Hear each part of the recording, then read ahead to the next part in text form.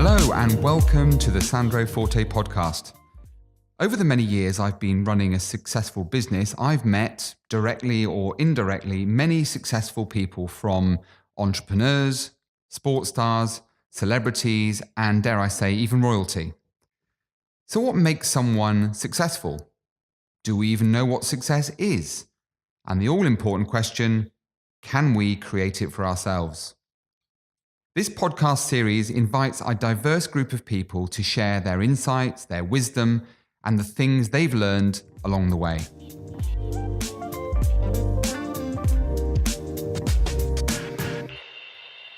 Well, today I'm with Robert Walton MBE, President of the Restaurant Association and founder of the Nth Degree, which is an exclusive private dining club.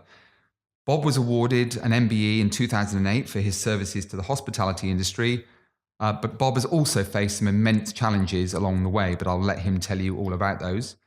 So it gives me immense pleasure to introduce a wonderful chap, Bob Walton MBE. Bob, welcome, and thank you for joining us. Thank you, Sandro. So, Bob, as I understand it, you'll tell us all about yourself, I'm sure. Love to know about that. But am I right in thinking you trained as a chef originally? Yeah, I trained a long time ago. West End chef, 1972. And it was a completely different world to what it is today. I think one would say the industry is sexy today. It certainly wasn't sexy in 1972, let me tell you. But yeah, that's where it all started. And then what happened from that early career, and where did that take you? Well, I had no idea I was going into the kitchen. The idea was to be, I trained as a general manager. That was going to be the goal. I had this vision that I would like to run a hotel. I don't know where that came from, although I was brought up in pubs. My parents had pubs, but there didn't seem to be any connection, because certainly cooking was not where I was going, that was for sure. But I like the idea of, I love people. I've always liked people. I've always been interested in successful people. I've always been interested in everybody, actually. But I love the thought of the hotel route. I love that meeting and greeting, and just generally, getting on with people, and the whole sort of concept of hospitality.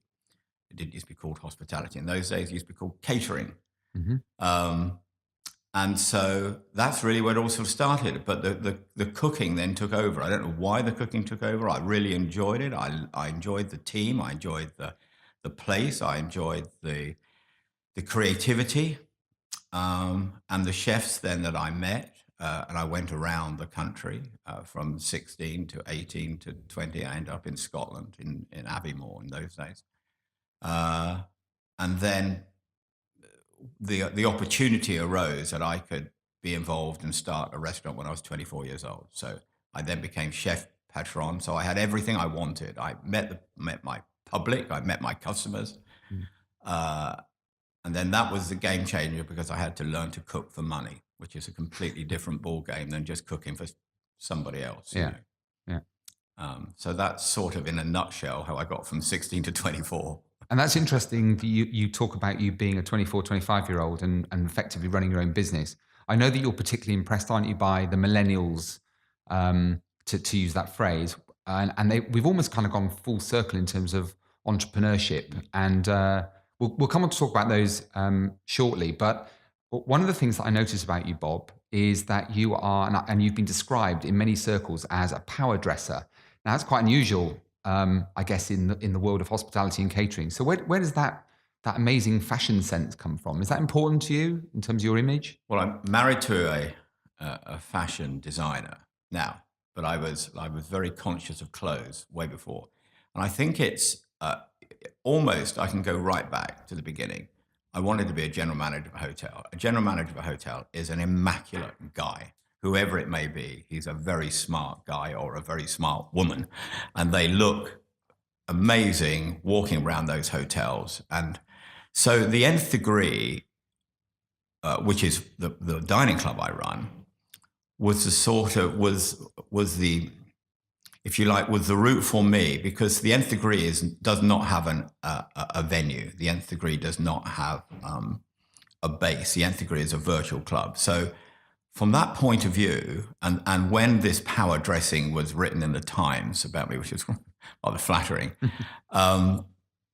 it was because at that point, the only thing to sell the nth degree was me. And so I had to look like a general manager of a hotel, but my club was virtual. And so that's where that sort of power dressing link came from. But I love clothes. I've always enjoyed clothes. I've always loved being really smart. And I think it says a lot about you. You know, it's no good having a really clean car with filthy tires. You know, it's no good having a great suit with dirty shoes, you know. And watch any general manager of any hotel, and they should look immaculate because it reflects the hotel. And if at the moment, my club is the nth degree, how I look reflects my club. And I've been very privileged to have joined you on a number of those lunches and dinners. And I have to say, it is an exceptional business that you run with some really fascinating people. I didn't know that your wife was a fashion designer. So tell us something else that we might not know about you. Oh, I see. Right. So my wife is a lady called Donna Ida. Donna Ida is the jean queen of London. I met her 10 years ago. Now it's my third wife. I don't know whether that's good or bad.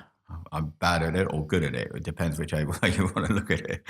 Probably not good at it, but I'm very happily married. Well practiced. Well practiced. And so now I'm very conscious about clothes because obviously my wife is in fashion and design. The other things about me, well, I mean, I love golf. I love achievement, I think. So if somebody says, what's your favorite sport? Well, I love golf because I think golf is a perfect way of getting to know people. And again, it comes back to me being with people that I really like and having fun and having banter. But otherwise, I like achievement. I like watching sport for achievement. I'm not a football fanatic. I was until very recently a patron of Reading Football Club. We're not doing very well at all at the moment. But I love watching the Premiership because it is just so good. They are superstars and athletes. And I love watching horse racing and I love watching athletics. I just like achievement. So on that subject, Bob, because this leads to a very fascinating, more general conversation, I think I'm right in saying that Wikipedia have recently changed the definition of the word success. Oh. What is success? Because you talk about achievement and fulfilling positive outcomes. We'll talk about that a little bit more in a short while as well. But what does success look like for Bob Walton? Well, that's a really good question. I tell you what, I love meeting successful people. Now, successful people, and the nth degree, which is, I'll come back to this virtual club that I run, is about introducing successful individuals to other successful individuals, because that is a powerhouse. Now, a successful individual doesn't have to be necessarily, a multimillionaire. One would like to think that success will give them an income as they go through their lives. But you can be quite successful without being incredibly wealthy. But I find successful people fascinating because you can feed. Most successful people are positive. And you will hear through this interview that I'm incredibly positive about everything I do. And when a positive person meets a positive person, then that's a really good combination. I don't know how many successful people are negative because I haven't met one yet. So I don't know whether, what is the definition of success?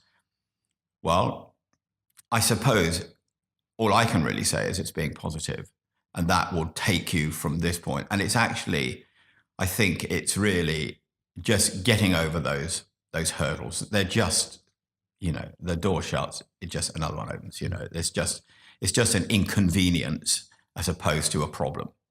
So, Bob, I'm hearing about all this, these great achievements, and I'm sure we could spend all of our time together today talking about successful outcomes and what that looks and feels like, and explore your life and all the things you've achieved in more detail. But I'm also aware of the fact that some time ago you probably faced the opposite in terms of a set of circumstances that would I think for most people, really challenged the way they see life and probably changed their outlook in lots of different ways. Do you mind telling us a little bit about what happened and how you dealt with it?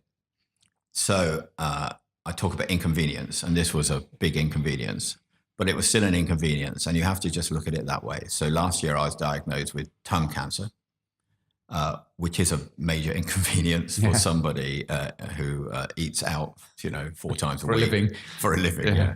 And so the treatment is radical. The whole process was horrendous and horrible. You can't dress it up in any other way.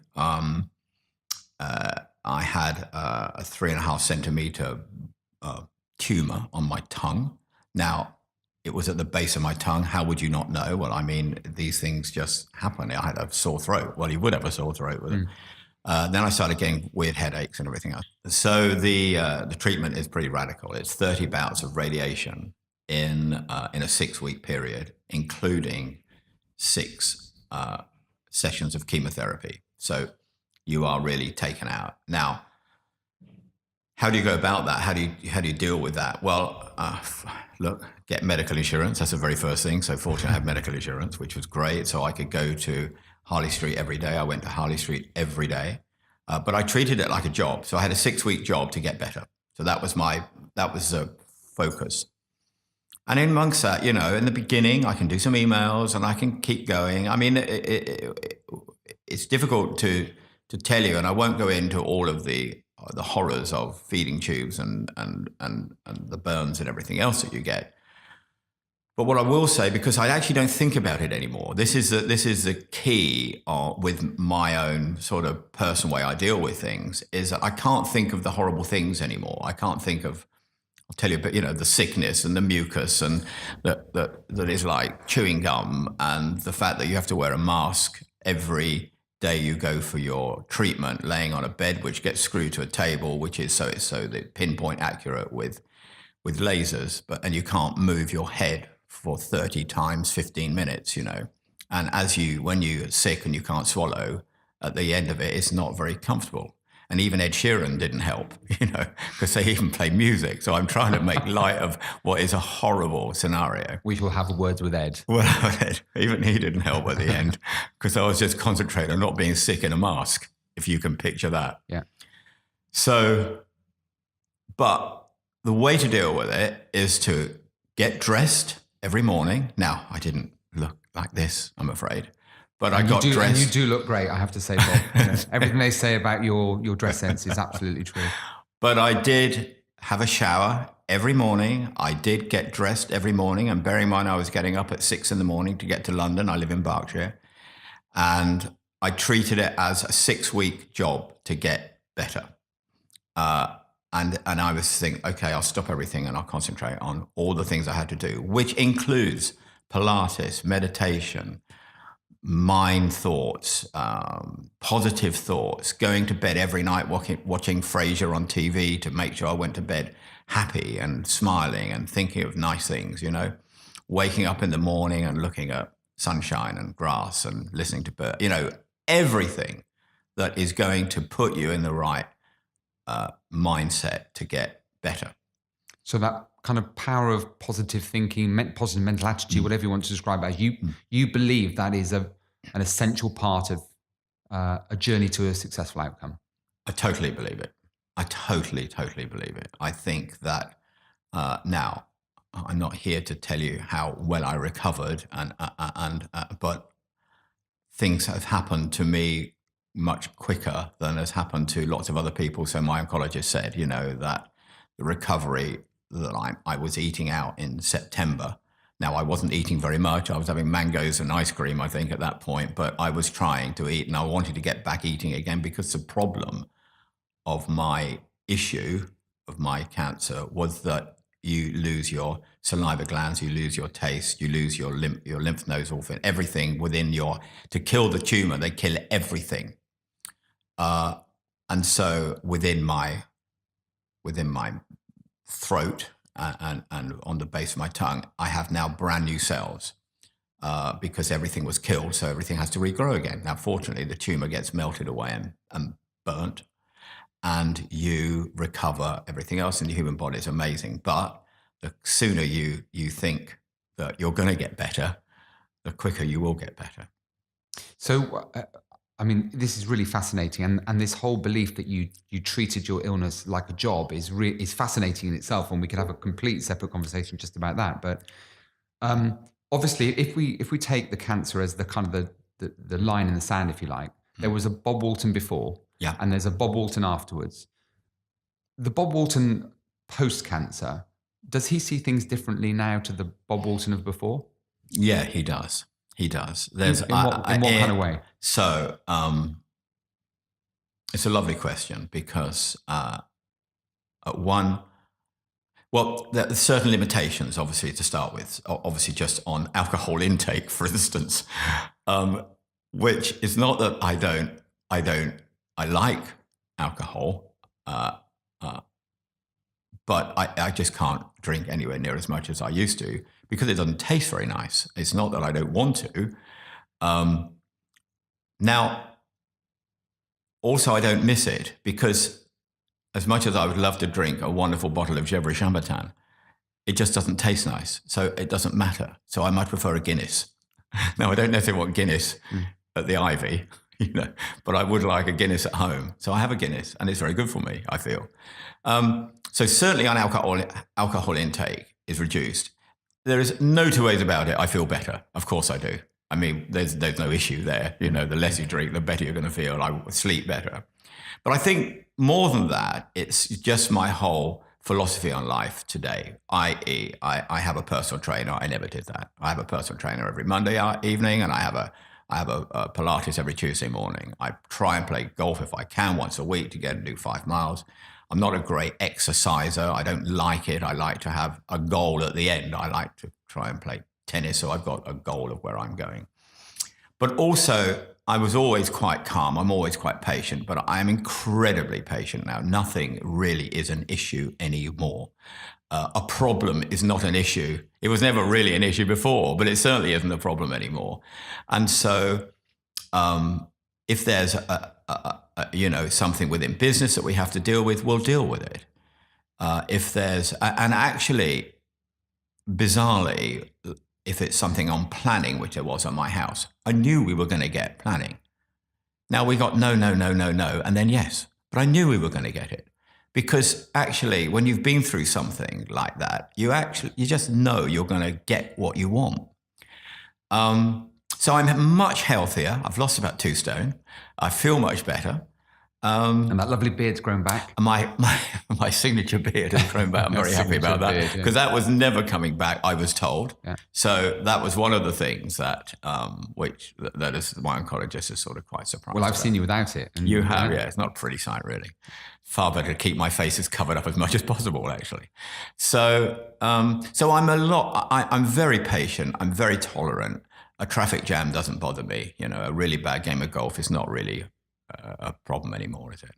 So just being outside and just simple things, I have a saying every morning that, may I be happy, may I be healthy, may I be peaceful, may I be protected. It's every morning I wake up. Every morning I say that. I love it. It was a Buddhist monk I saw, and I just love the lines, and I say it every morning, and it just makes me feel good. And you smile at the same time as you say it, and it's just fabulous. So, I mean, those sorts of things, just change the way you go about your daily life, really. I mean, Bob, I've got to say, I've known you for quite some time now, but you are a hugely inspiring individual, if I may say that. And loads of people do see you as a role model. And I'm sure the listeners on this podcast will feel the same when they've heard your story.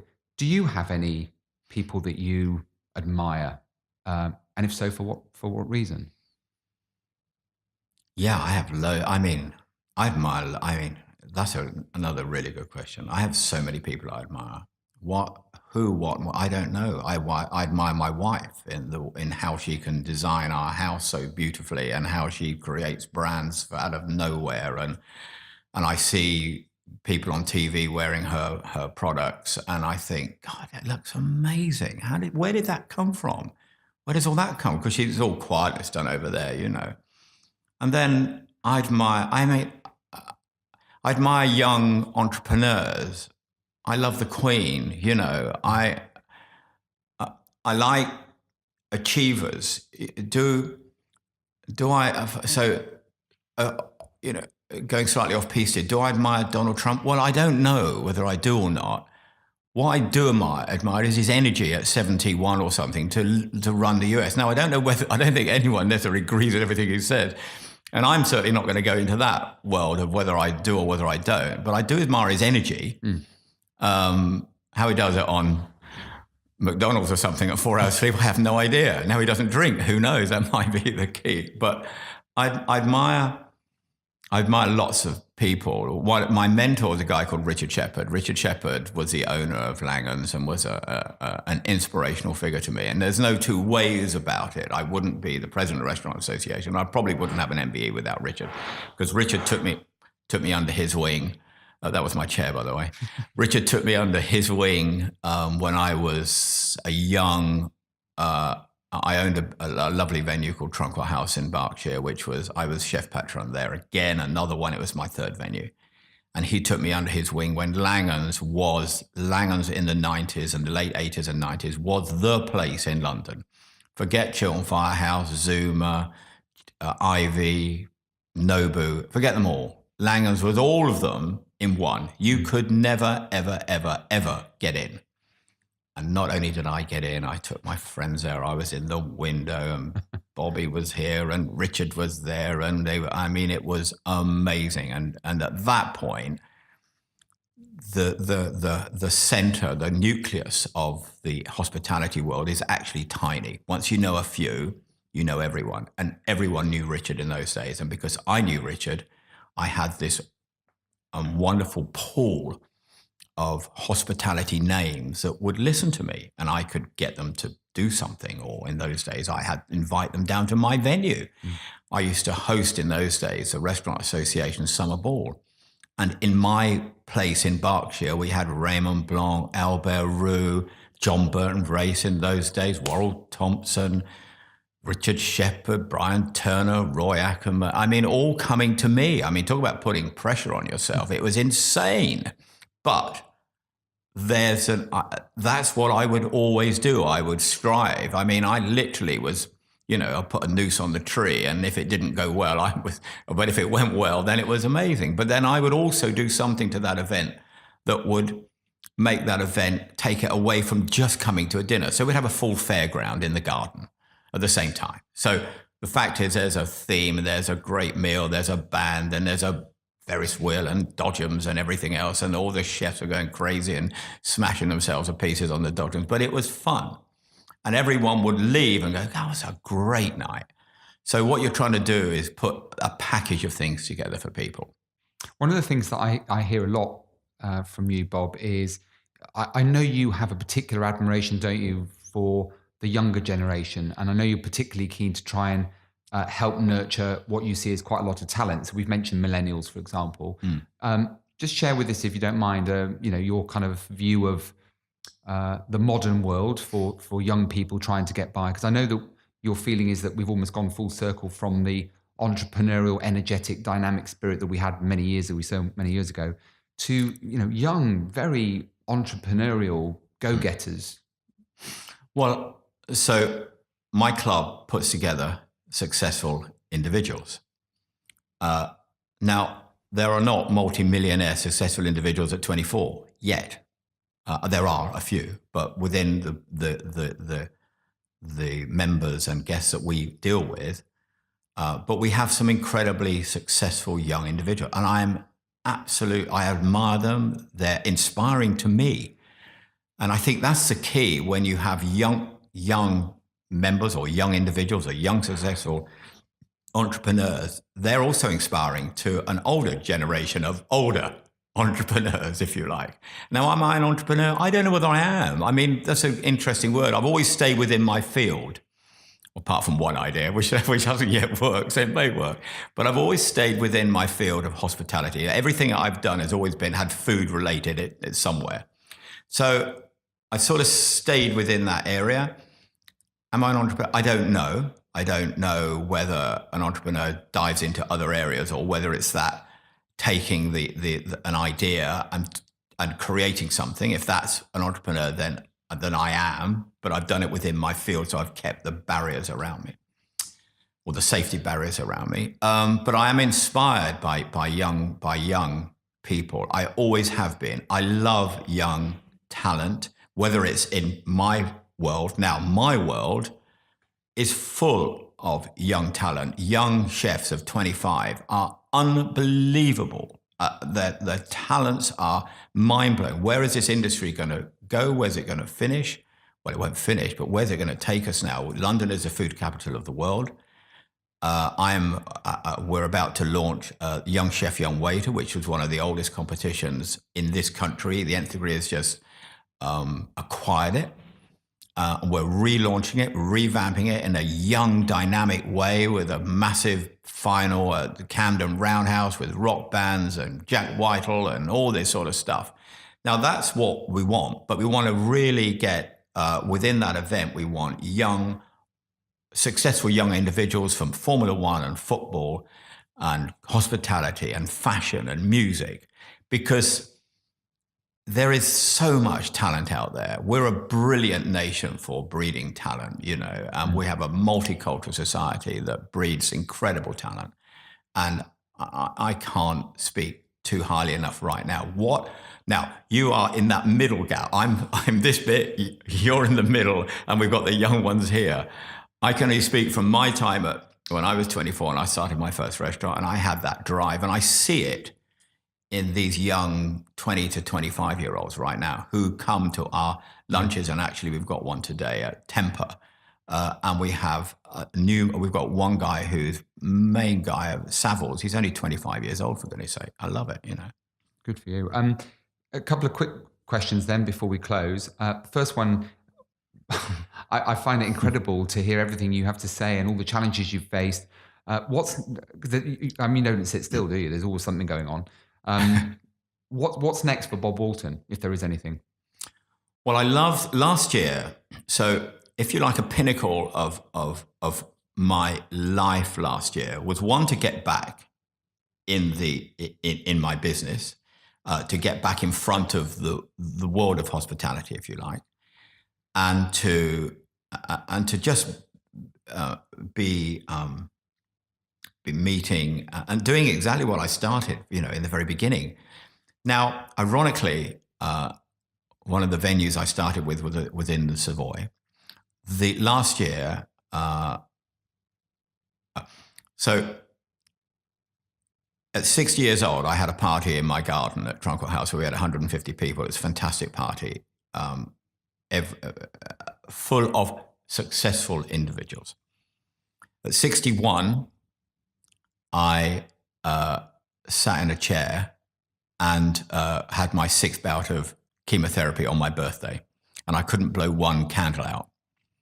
And at 62, we hosted the 50th anniversary of the Restaurant Association, which I was asked to do under the brand of the Nth Degree. And it was the most amazing evening with 37 of the top chefs involved, top of the world's top chefs involved, with videos from Wolfgang Puck, Thomas Keller, Heston Blumenthal, Rick Stein, Prue Leith, blah, blah, blah, and every other chef in the room. Now, it sort of was a full circle for me, because I'm standing at the Savoy, where I went when I was 16 to look at being a trainee manager. So I'm now hosting the most prestigious hospitality event of 2018. For me, it sort of took me from, and when I stood up on stage at the Savoy in front of 370 people and some of the world's best chefs, including my dear friend Richard Shepherd, who was my mentor, as I talked about. And on my table was Sat Baines, Claude Bosi, Prue Leith, Richard Shepherd, Brian Turner. And I'm thinking, goodness me, this is quite nice. And they're all listening to me. And I'm hosting and directing and creating. And I'm doing exactly what I've always done. It's like putting a dish together. It's just like what I've always done is set, instead of me now creating a dish, I'm creating an event, which I also used to do, going back to Restaurant Association. And I want to make sure that this event was a glamorous celebration of our industry, not an industry event. Now, because of that, the success of it went down so well, we've been asked to do the next 5 years. So now it's basically a celebrity chef bash. It's called the Restaurant Association Gala Dinner. We will invite all the chefs back, plus. The more chefs we get, the more prestigious the event is, of course, because the chefs are the superstars or whatever. Yeah. And the other route that I did last year was, I was just in the beginning of taking chefs or working with chefs. And one of the members of my club, which we'll talk about as well, is the Cayman Islands.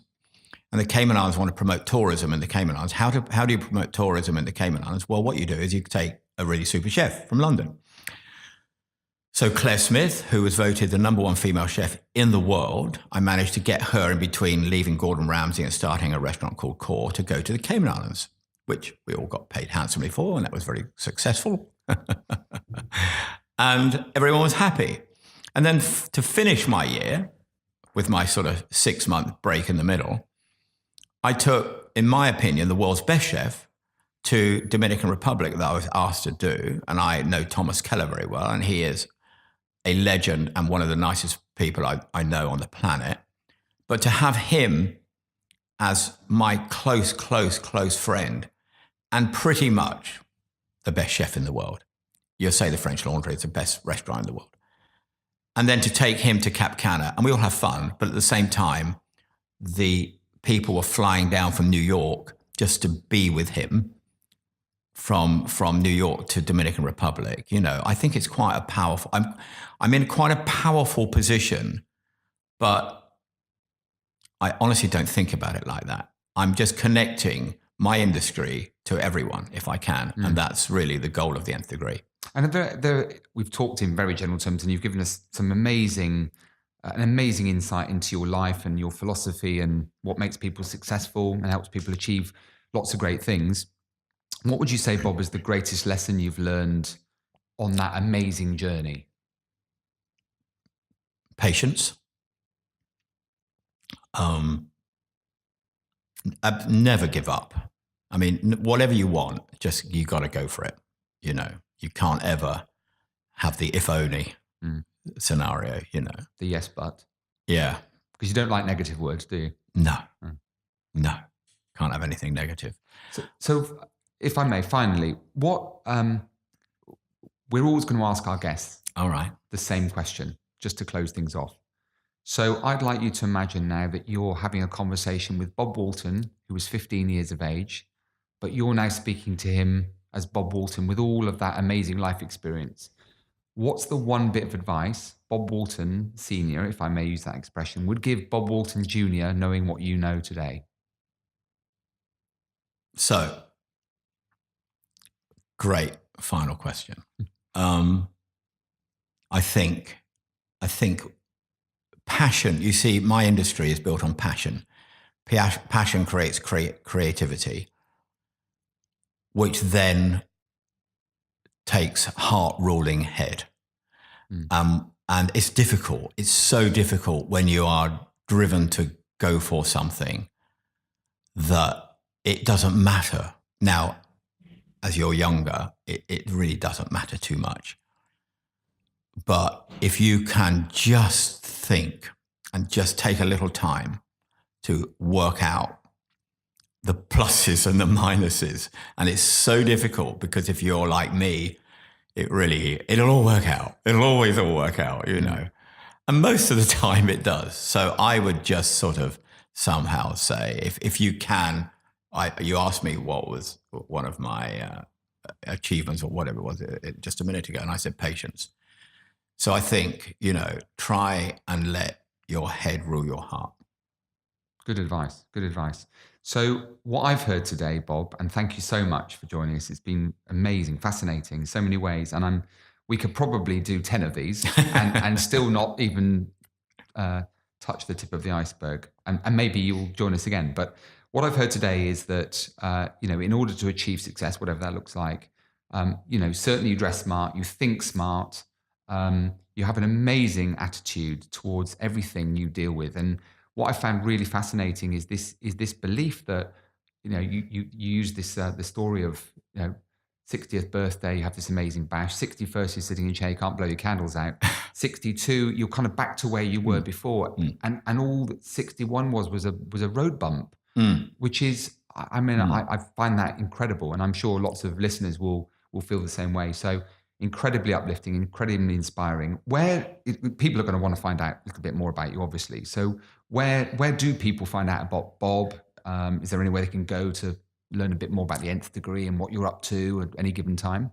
Sure. So the Nth Degree Club is the world's leading private dining club. We're about to host today at Temper our 172nd private dining event in their private dining room with about 18 people. And then we move on to another amazing restaurant where an Indian chef from Delhi is flying over to cook for us. So it's all about hospitality. But the Nth Degree Club is where we are. Nth Degree website, Nth Degree Club website. I am Bob at nthglobal.com. If you want to email me, please do.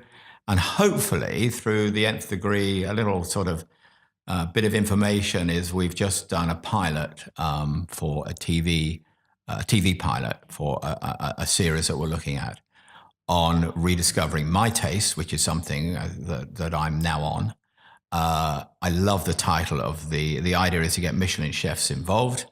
And the title is called Michelin Possible, which we absolutely love. Good. It's very difficult to say it without smiling. Yeah. And everyone else smiles at the same time. We're looking for, we've got a couple of sniffs, one Channel 4 and one BBC One, and another couple of ideas. So hopefully that happens, and that will be amazing for the Nth Degree Club, me and everyone else. Another great example of somebody who can turn adversity into something really, really positive. So Bob, Robert Walton, thank you so much for joining us. It's been an absolute pleasure, and hopefully you'll join us again at some point in the future. Anytime. All the best. Thank you very much. Thank you. That was the Sandro Forte podcast, and what a great guest Bob Walton was. Now, there are many more fantastic guests joining me over the coming weeks, so please make sure you subscribe if you want to pick up some great tips on success. And remember, you can follow us on social media at Sandro's Podcast. That's Sandro's with an S. Same on all channels. And I'd love to hear your stories, ideas, anecdotes, challenges, or whatever it is that motivates you. So email me at hello@sandrospodcast.com. And if you can, please leave a review on iTunes so we know what you'd like to hear more of in the future. Thank you so much.